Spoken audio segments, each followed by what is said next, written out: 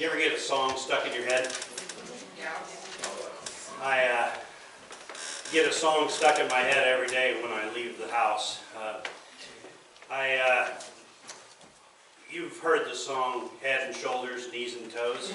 Well, I ran across the adult version, wallet, glasses, keys, and phone.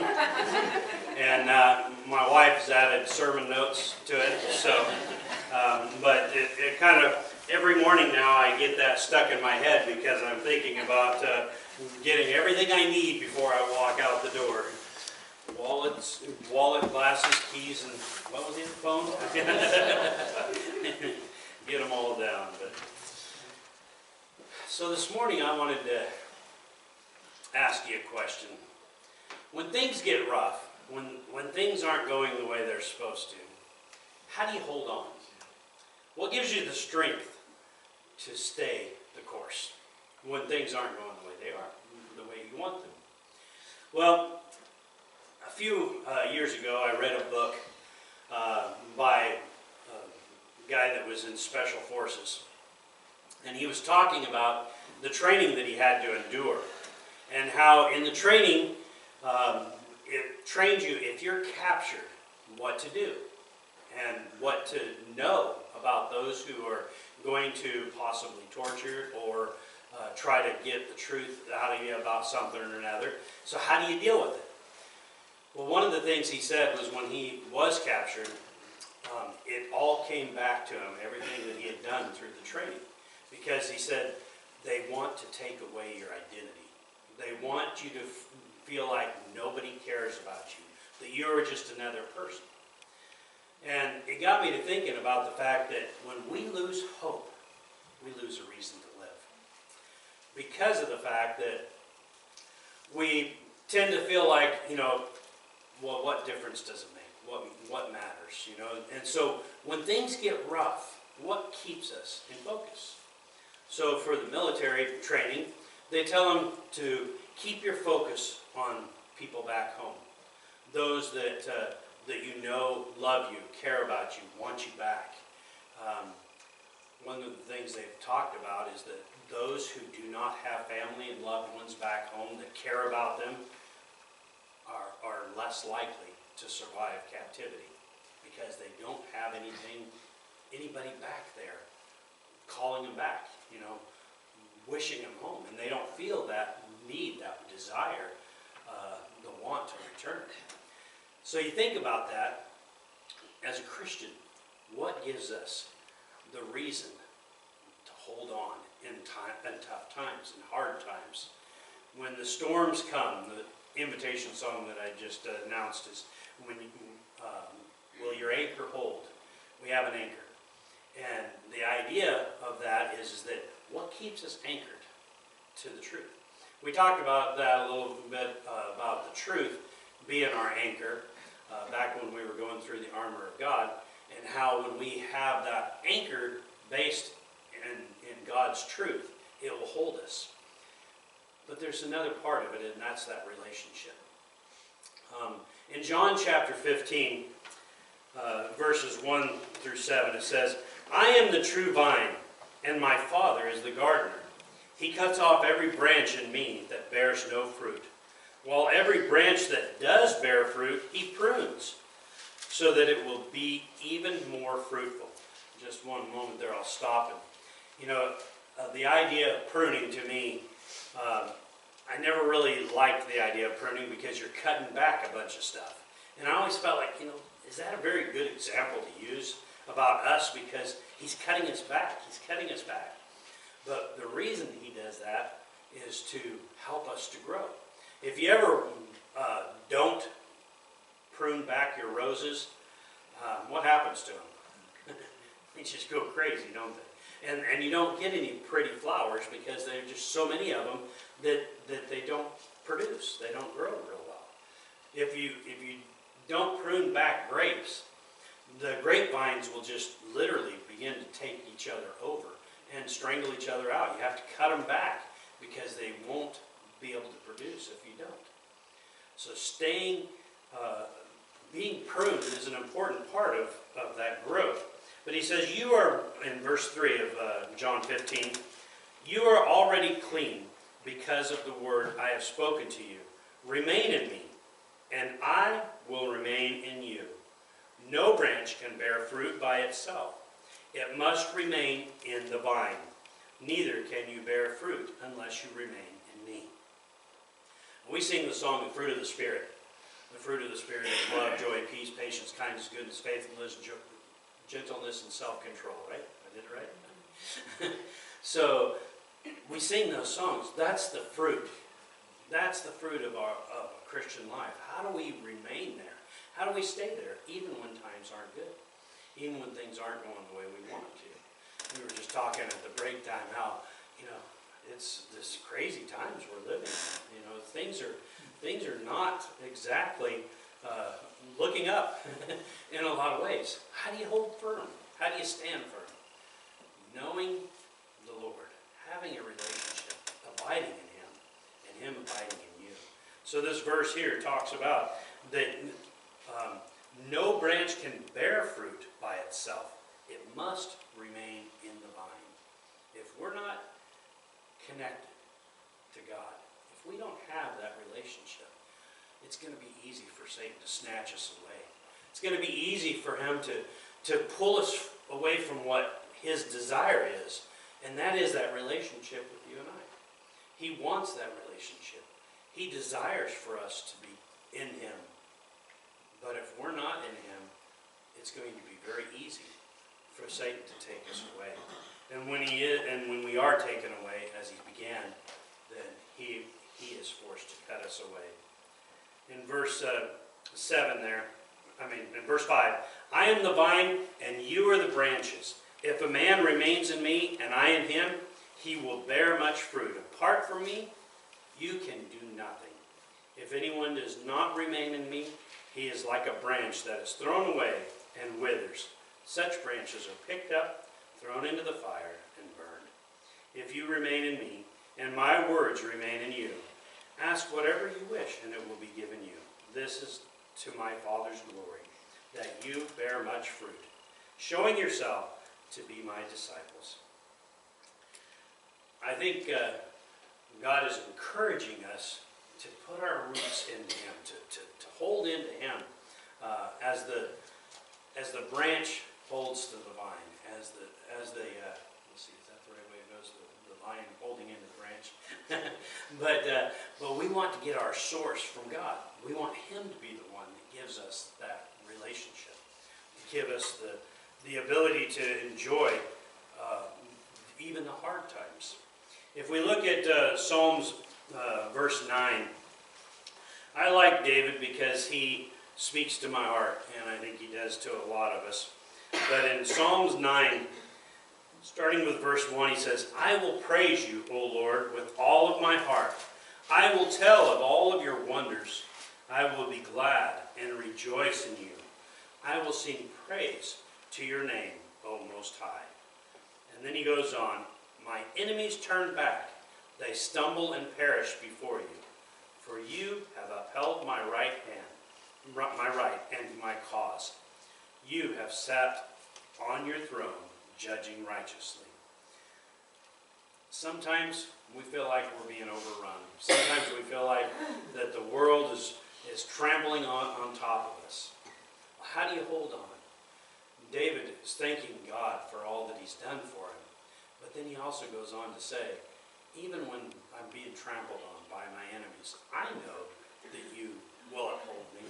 I know that you are on my side. So how do you hold on when things aren't going your way? Remember, there's somebody on your side. Always somebody on your side that cares about you and wants that relationship with you. Again, in Psalm 31, in verse 7, he says, I will be glad and rejoice in your love, for you saw my afflictions and knew the anguish of my soul. You have not handed me over to the enemy, but have set my feet in a spacious place. I kind of like that verse, a spacious place. We lived in the city for a little while, and I didn't like having the close neighbors. I like that spacious space that we have here in the valley where you get a little bit of extra elbow room around you. But God places us in that spacious space where we can enjoy the relationship with Him, even when things aren't just right. Amen. Again, in Psalm 73, in verse 28, it says, "But as for me, it is good to be near God. I have made the sovereign Lord my refuge. I will tell of all of your deeds." The refuge, that safe place, that place where we can go, that's what He has done. He has made God His safe place, the sovereign Lord His refuge. Because when He recognizes that things are closing in on Him, when things aren't going like we want them to, then He calls on the Lord, in the name of the Lord, and he trusts in Him. In Psalm 139, in verse 17, by the way, I'm just picking out just a few of them because there's so many that David uses. But in 139, in verse 17, it says, "How precious to me are your thoughts, O God! How vast is the sum of them! Were I to count them, they would outnumber the grains of sand. When I awake, I am still with you. How precious to me are your thoughts, O God." The thoughts of God. It's overwhelming. We couldn't possibly understand or know all of the thoughts of God. But to think on those, they're precious to me. And David recognizes the need for him to have God's word in his heart, to know who God is, to understand Him, because that's where we get our strength in rough times, in hard times. The storms that blow our way are not normally physical storms. They might be health related or finances. They might be tough times with a job or lack of job. They might be situations where you have a loved one that's suffering or hurting. Whatever those hard times, those storms are, what do we do with it? There's basically two choices that we have. There's a couple of different storms that's mentioned in the Bible. One of the storms is Peter. I like the storm that Peter goes through. Actually, a couple of them that he endured. One of them was when the Lord was in the bow of the boat, and as they're rowing, the rough seas become so violent that they begin to think they're going to sink. And so they call out to Jesus, "Don't you care? Aren't you worried?" And He says, "Hey, don't you trust me? Can't you believe in me?" He says, "Peace, be still," and this water goes calm. Because they knew Jesus, they should have had faith, but they didn't. And the reason was because they still hadn't been with Him long enough. They still hadn't been convinced of His power. Because you see that, and the answer to that is, who is this man that can calm the seas? But we know who God is. And when we understand His strength, there is no problem too big, no struggle too hard that He can't take care of it. So can we put our trust in Him? Can we put our faith in Him and know that we can count on Him? How do we do that? We get to know Him. We spend time getting to know Him so that we can know that we can put our trust in Him, that we can believe in Him. Another example is Jonah. Jonah is going across he's running from God. And as he's running from God, God causes a great storm to come. Two things. God caused the great storm to come. It wasn't Satan. It wasn't happenstance. God caused it. Why? Because He wants to call him back. Sometimes when we find ourselves in a storm, sometimes when things aren't where we want them to be, maybe it's because God's trying to get our attention and call us back. Maybe it's because He's saying, don't get so far away. Come back. Jonah's going the opposite direction to try to hide from God. Of course, we know that we can't do that.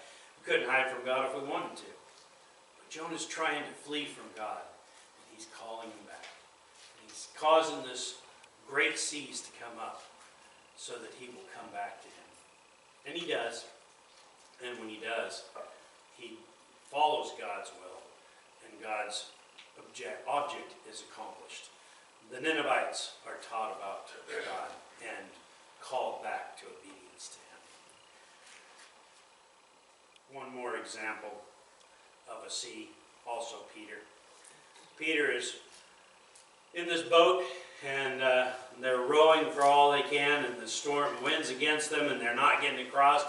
And then Jesus comes walking up. And as He comes walking up, they think they're seeing a ghost. And again, they're startled by it. And they cry out. And Jesus says, it's okay. It's all right. And they said, is that you? Yes, it's me. And Peter says, if it's really you, call me, and I'll walk on the water to you. And I just love this one because it's me. You know, as soon as he steps out of the boat, he takes a few steps, and then he thinks, the wind is blowing. No, I can't do this. I can't do this. And he begins to sink, and he cries out, and the Lord reaches out and takes his hand. And He lifts him up. First of all, I think the only reason he sank was because he lost faith. He all of a sudden had that thought of, I can't do this. No, he was right in that. He couldn't. But Jesus was able to make him walk on that water. The second thing was when he reached out his hand, Jesus was right there to take hold of him and lift him back. That's the relationship that we want to have with God. To first of all know that He has the power to do this, or He wouldn't have said, call me out and I'll walk on the water. He knew He had the power. But then he thought to himself, it's about me, and it wasn't. But secondly, to realize that even when we begin to fall, even when we make mistakes, even when we sin and fall short of the glory of God, He is there to take us and lift us back up again, to bring us back to that relationship with Him. The desire that I had with this lesson today was to help us recognize a need to abide in Him. There's this really fine line between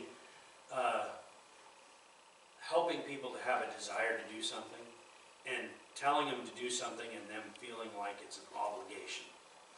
If I tell you to do something, some of you are probably going to feel like, I don't want to do it because he told me. Now, that's the way I was. All the time when I was growing up, my mom would say, have you done your homework? Well, I was about to, but now I don't want to. Or Rhonda says, can you take out the garbage? Well, I'm just about to do that, but now I don't want to, But you get the idea. When somebody tells you to do something, it's like, but if it's something that we desire, then we long for it. We look forward to it. I don't want to command you to go out and study your Bible. I don't want to give you an assignment to do something because of me. I want you to do it because I know that when you abide in Him, you'll be able to weather the storms. I want you to do it because when you spend time in His Word and you get to know Him and believe that He loves you, that He cares about you, that He wants a relationship with you, that His desire is for you to do His will, not for His benefit, but for your benefit, because He knows what's best for us. When we recognize that, then it's no longer an assignment. It's no longer a requirement. It's a desire that we have. Because if I can do this, then I can enjoy what benefits we have in Him. And even when the hard times come, even when we face those struggles, to be able to say, God, is this something that you're trying to help me grow in? What can I learn from this? How can I benefit from these struggles, these hard times? us back like Jonah. Or it may be helping us to realize that we're putting our trust in ourselves like Peter. It may be, as David was, facing enemies and realizing that I'm okay because God's on my side. He's going to see this through. He's strong enough. But whatever the situation is, when we're facing those rough seas, to be able to enjoy the knowledge, the abiding in Him that brings the peace, the comfort, the assurance that we can see this storm through. That the anchor will hold and that we won't be lost.